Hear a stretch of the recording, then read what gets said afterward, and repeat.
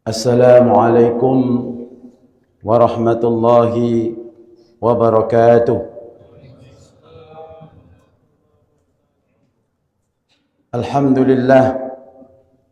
Alhamdulillahi rabbil alamin.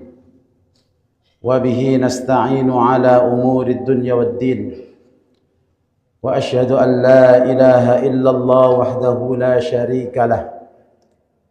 Wa asyhadu anna Muhammadan abduhu wa rasuluh sallallahu alaihi wa ala alihi wa ashabihi wa man tabi'a hudahu bi ihsanin ila yaumiddin, amma ba'd. Saudara-saudaraku jamaah kaum muslimin wal muslimat yang dimuliakan Allah Subhanahu wa taala. Alhamdulillah, pada malam hari ini kembali kucuran nikmat Allah Subhanahu wa taala yang tidak pernah henti kita rasakan, dan betapa besar nikmat itu kalau nikmat itu digunakan dalam ketaatan kepada Allah Subhanahu wa taala. Ma'asyiral muslimin, azani Allah wa iyyakum ajma'in. Tidak terasa kita ini sudah di malam yang ke-29. Artinya kita sudah di penghujung sekali di bulan Ramadan. Dan kita harus paham dan tidak boleh ragu bahwasannya masalah penghujung amal, penutup amal itu adalah perkara yang agung.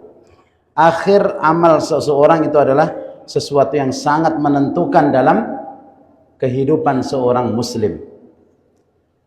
Sebagaimana salafun saleh, para sahabat, para tabi'in, tabi'in, mereka itu selalu memperhatikan akhir dari suatu amalan.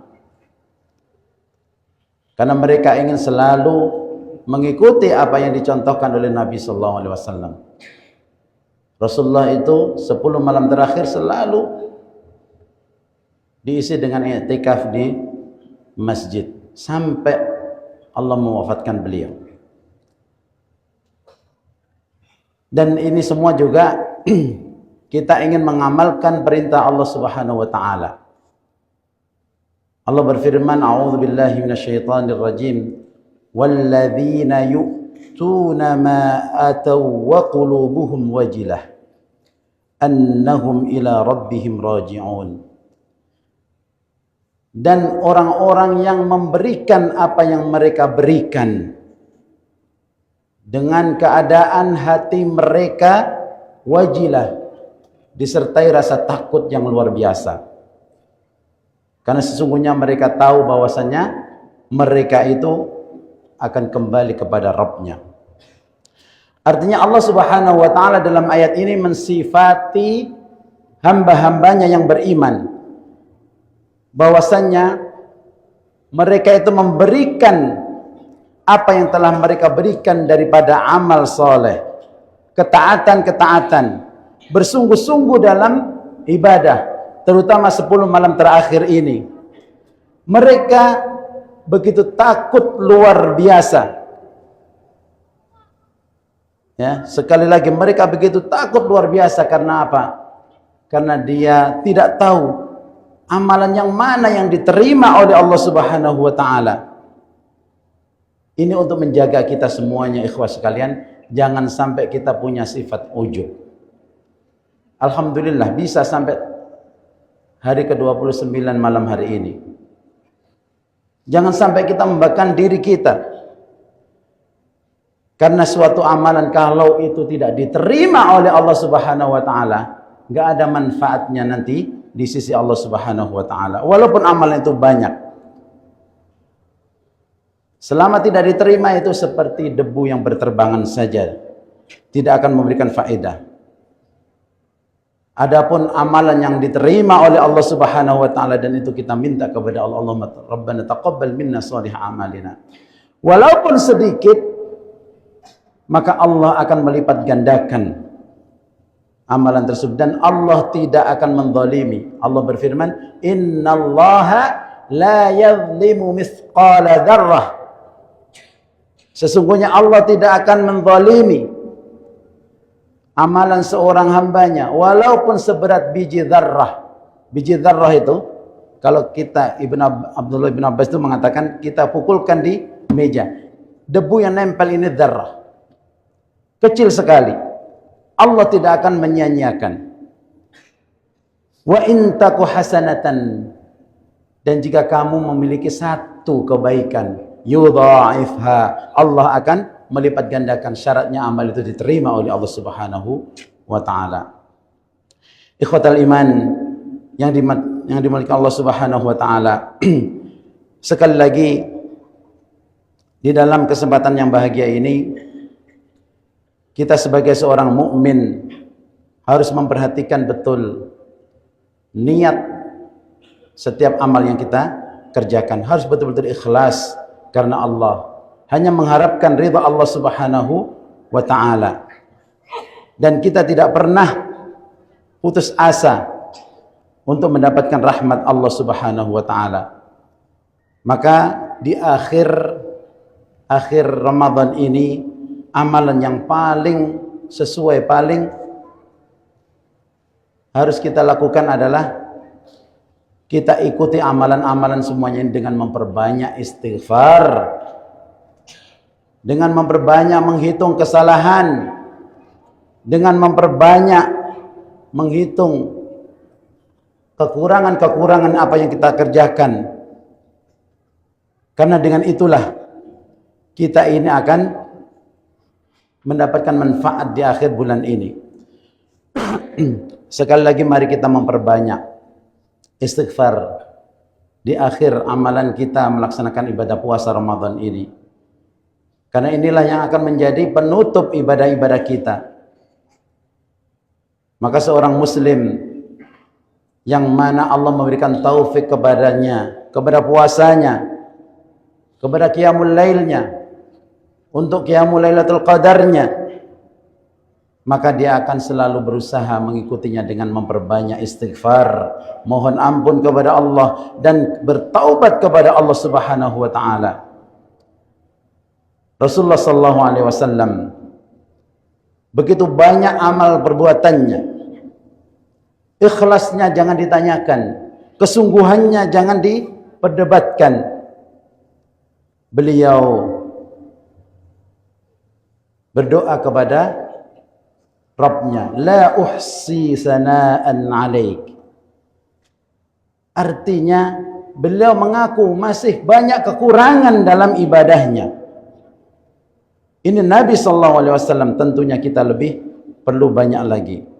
Maka sekali lagi bagi seorang muslim pada malam-malam hari ini, tinggal tersisa beberapa malam ini, mari kita menghitung kesalahan-kesalahan kita jemaah. Menghitung kekurangan-kekurangan kita dalam melaksanakan perintah Allah ini. Tidak usahlah kita menghitung kebaikan-kebaikan yang sudah kita lakukan, karena Allah tidak akan menyia-nyiakan itu semuanya. Sekali lagi, mari kita introspeksi diri kita. Kita hitung kesalahan dosa kita, sehingga mudah setelah itu kita istighfar, kita mohon ampun kepada Allah, sehingga mudah bagi kita untuk kita bertaubat kepada Allah. Karena kita tidak menghitung lagi kebaikan-kebaikan kita.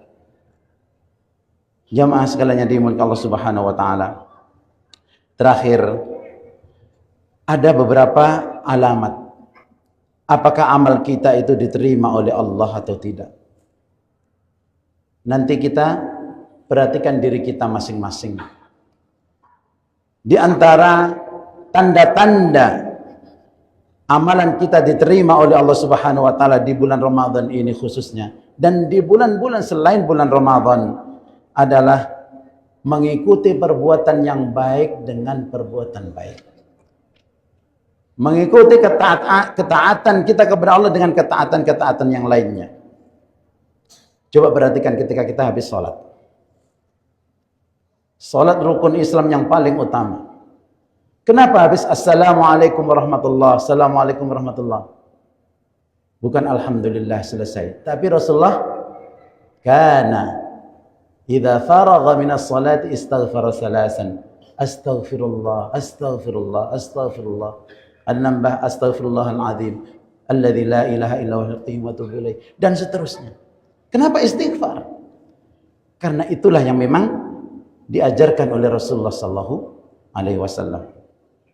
Nah, begitu juga kita habis Ramadan ini jamaah sekalian. Ikuti ketaatan tersebut dengan ketaatan yang lainnya. Nanti ada puasa sunnah. Lanjutkan puasa 6 Syawal dan begitulah seterusnya.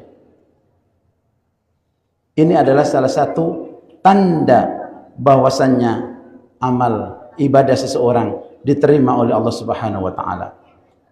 Yang kedua, kita semuanya harus yakin kita bukan malaikat.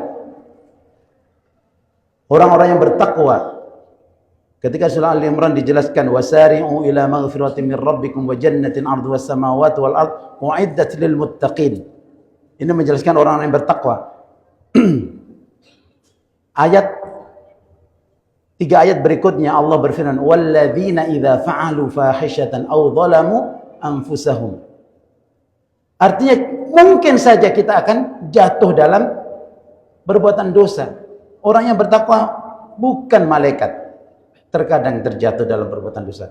Nah, di sini bagi seorang hamba jangan sampai kita berputus asa dari rahmat Allah Subhanahu wa taala. Segera kembali kepada Allah. Walladzina idza fa'alu fahishatan aw zalamu anfusahum dzakarullah. Jadi kalau melakukan perbuatan dosa, fahisyah itu dosa besar, ikhwan. Atau menzalimi dirinya sendiri, maka segera dia dzakarullah, mengingat Allah Subhanahu wa taala. Kemudian apa? Fastaghfaru lidzunubihim. Maka mereka pun meminta ampun kepada Allah Subhanahu wa taala. Jadi sekali lagi di malam-malam hari ini kita perbanyak menghitung kesalahan kita, beristighfar, bertaubat kepada Allah agar kita keluar dari bulan Ramadan ini betul-betul sebagaimana yang disampaikan di awal-awal, man shoma ramadhana imanan wa ihtisaban ghufira lahu ma taqaddama min dhanbi. Man qama ramadhana imanan wa ihtisaban ghufira lahu ma taqaddama min dhanbi. Dan lebih khusus lagi, man qama lailatul qadri imanan wa ihtisaban ghufira lahu ma taqaddama min dhanbi. Agar kita betul-betul diampuni dosa-dosa kita yang telah lalu. Dan tidak itu saja, agar Allah Subhanahu wa taala juga membebaskan kita semuanya, orang tua kita, istri kita, anak-anak kita, guru-guru kita, paman kita, bibi kita, saudara-saudara kita semuanya, Allah membebaskannya dari api neraka. Amin, amin ya rabbal alamin. Mungkin itu saja yang bisa saya sampaikan pada ceramah atau kultum singkat pada malam hari ini. Sekali lagi kita mohon kepada Allah Subhanahu wa taala agar Allah Subhanahu wa taala menerima segala amal perbuatan kita. Innahu sami'un qaribun mujibud da'awat. Aqulu qouli hadza wa astaghfirullah li wa lakum. Assalamualaikum warahmatullahi wabarakatuh.